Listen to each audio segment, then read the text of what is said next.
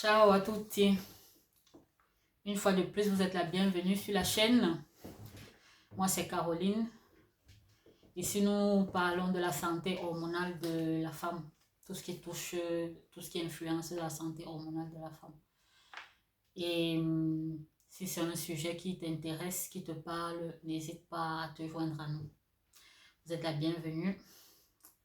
Et aujourd'hui j'aimerais évoquer l'aspect de la nutrition. Parce que je me suis rendu compte que c'est un domaine vraiment, une matière vraiment qui n'est pas assez approfondie. Parce que quand j'examine encore mon parcours scolaire, ce n'était pas vraiment traité de manière sérieuse selon moi.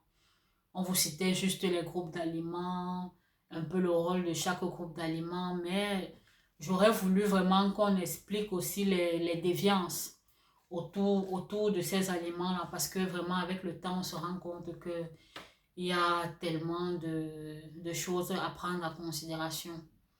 La manière de cuire les aliments et tout le reste. Donc, c'est vraiment un sujet vraiment très important. Et dernièrement, je lisais encore, je me penchais sur la maxime attribuée au docteur Hippocrate qui dit que ton aliment soit ta seule médecine. Et je méditais, je dis que vraiment, ça a lieu d'être parce que de toutes les façons, nous sommes ce que nous mangeons. Euh, nous sommes le résultat de ce que nous mangeons. Si nous mangeons, nous nous alimentons de manière désintéressée, juste pour combler la faim, juste pour calmer la faim. Nous prenons n'importe quel aliment, ça va se voir, on aura le résultat sur notre corps. Également, si nous faisons plus attention, quoi. Et ça nous aide également aussi à prévenir plusieurs maladies. Donc, l'alimentation est vraiment un aspect à prendre au sérieux. Encore plus dans ce syndrome, encore plus pour l'équilibre de la femme, pour l'équilibre de ses hormones.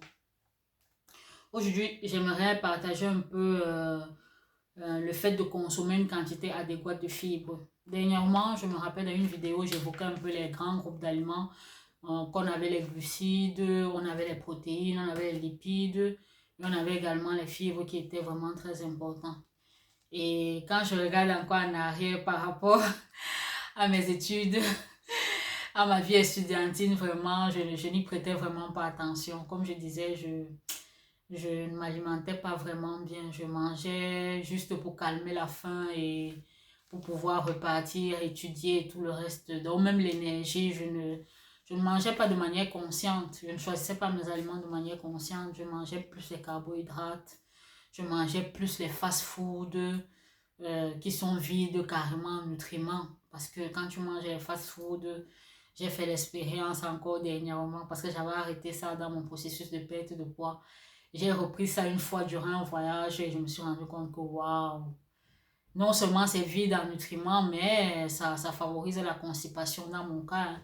J'ai noté, donc j'ai décidé vraiment, depuis presque 5 ans, de plus me jeter sur les fast-foods, quoi. C'est vraiment en cas de force majeure, si je n'arrive pas juste comme ça, mais vraiment, ça éviter, ils sont vraiment vides en nutriments. Ça nous aide pas, quoi.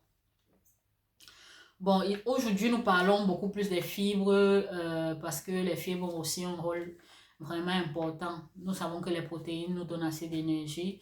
Ils ont un pouvoir de satiété assez élevé. Les glucides nous aident à contrôler notre glycémie, surtout si nous consommons des glucides complexes. Je pense que je l'ai évoqué dans une vidéo. Ainsi, notre glycémie monte de manière graduelle au niveau du sang. Les lipides, nous devons choisir les lipides de bonne qualité. Parce que, justement, ce point aussi important, parce que les lipides, normalement, notre corps, notre foie fabrique nos hormones en se basant, en utilisant les lipides. Si nous avons les lipides de mauvaise qualité, c'est clair que les hormones, la suite ne va pas aller, ça ne va pas marcher.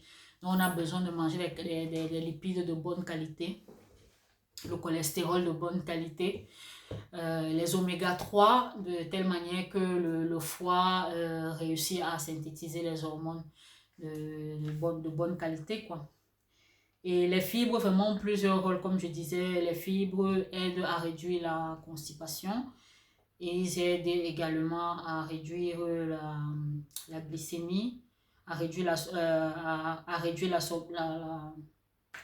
la glycémie, à réduire le cholestérol. Comme je disais, dans les fibres, vraiment, nous avons deux catégories de fibres. Nous avons les fibres solubles et les fibres insolubles.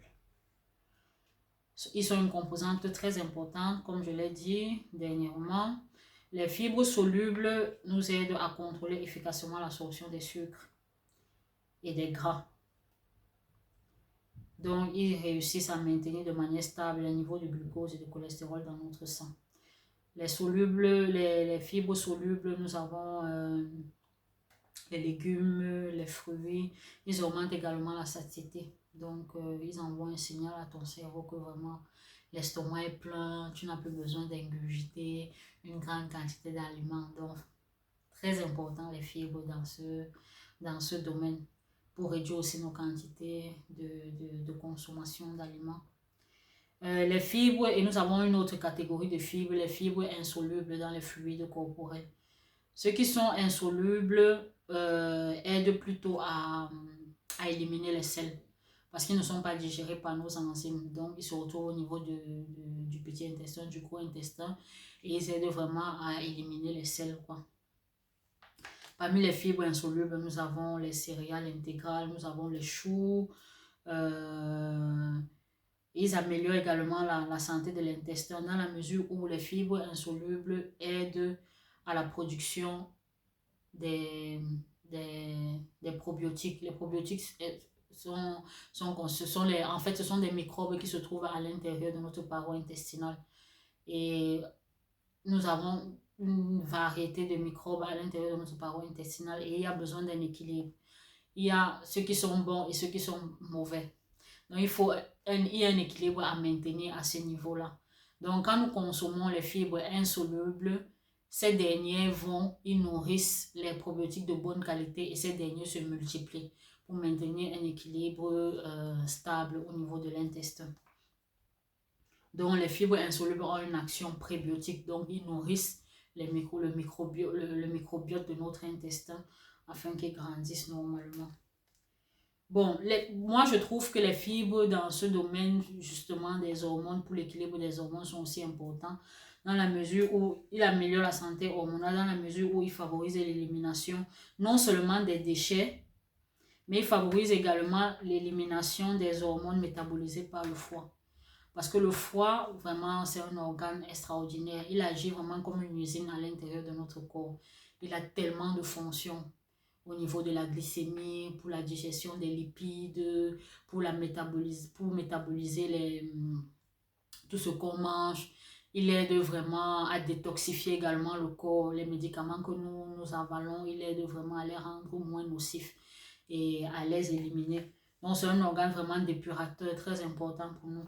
Donc, au niveau du foie, quand ils viennent métaboliser, les hormones viennent métaboliser au niveau du foie. Et les métabolites de ces hormones arrivent maintenant au niveau de l'intestin. Ayant une quantité adéquate de fibres, ces hormones vont être éliminées par les selles. Mais si c'est que nous ne consommons pas assez de fibres, il y a le risque que ces métabolites d'hormones sont encore réabsorbés au niveau de l'intestin et ils repartent au niveau du sang pour créer d'autres réactions indésirables au niveau sanguin. Donc, il nous aide à éliminer l'excès d'hormones que nous produisons normalement. C'est d'où je vois vraiment l'importance des fibres. Outre le fait que ça t'aide à réduire la constipation, c'est tranquille, tu élimines les déchets, tu élimines les toxines. Parce que normalement, en mangeant tous les jours, en s'alimentant tous les jours, nous fabriquons, le corps métabolise tout, il prend ce qui est important pour lui, les nutriments et tout le reste, mais les déchets, il faut les éliminer. Et les fibres vraiment nous aident vraiment à les éliminer facilement. Donc, d'où l'importance vraiment de consommer une quantité vraiment adéquate de fibres. Les fibres nous aident à prévenir plusieurs pathologies parce que nous avons dit précédemment qu'en consommant des fibres, ça nous aide à réguler la glycémie. Dans la prévention du diabète, ça nous aide à réguler également le cholestérol parce que ça réduit l'absorption du cholestérol. Donc, on n'aura pas le cholestérol en excès au niveau du sang. Donc, c'est vraiment un aspect vraiment très important, les fibres. Que ce soit les fibres solubles, que ce soit les fibres insolubles. Je me rappelle, il y a une pensée qui me vient là maintenant. Il y a une maman vraiment que j'apprécie beaucoup qui me disait que chaque fois qu'on consomme les fibres, particulièrement les pommes en fruits, une pomme consommée chaque jour nous éloigne du médecin. Ça nous éloigne du médecin et justement, dernièrement, je faisais encore le lien parce que contenant vraiment les fibres solubles, les pectines, ils arrivent au niveau de l'intestin, ils nourrissent vraiment le microbiote et ils nous aident également à éliminer, à éliminer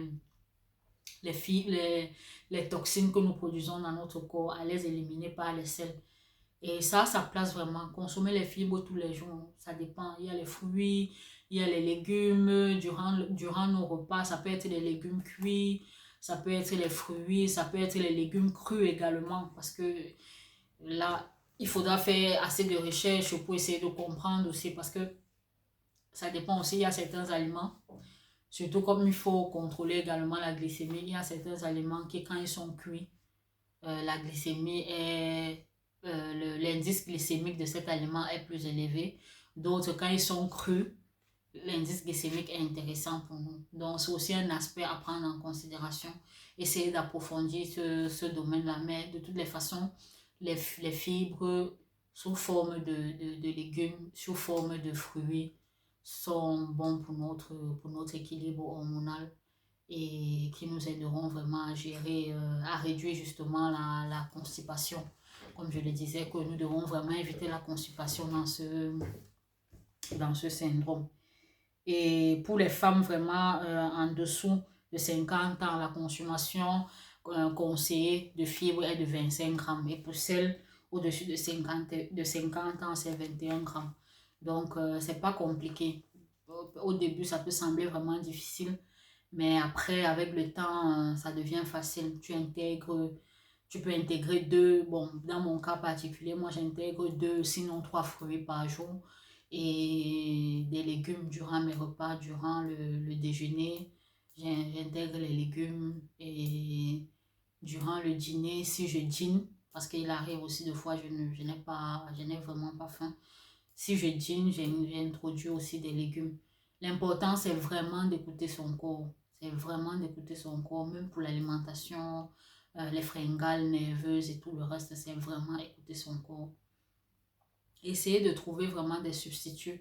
Si moi, mon cas particulier, avant que je ne commence ma perte de poids, j'avais un problème de grignotage, je grignotais vraiment beaucoup. Et justement, dès que j'ai commencé le processus de la perte du poids, il fallait trouver des substituts pour, euh, pour, euh, pour pallier à cela.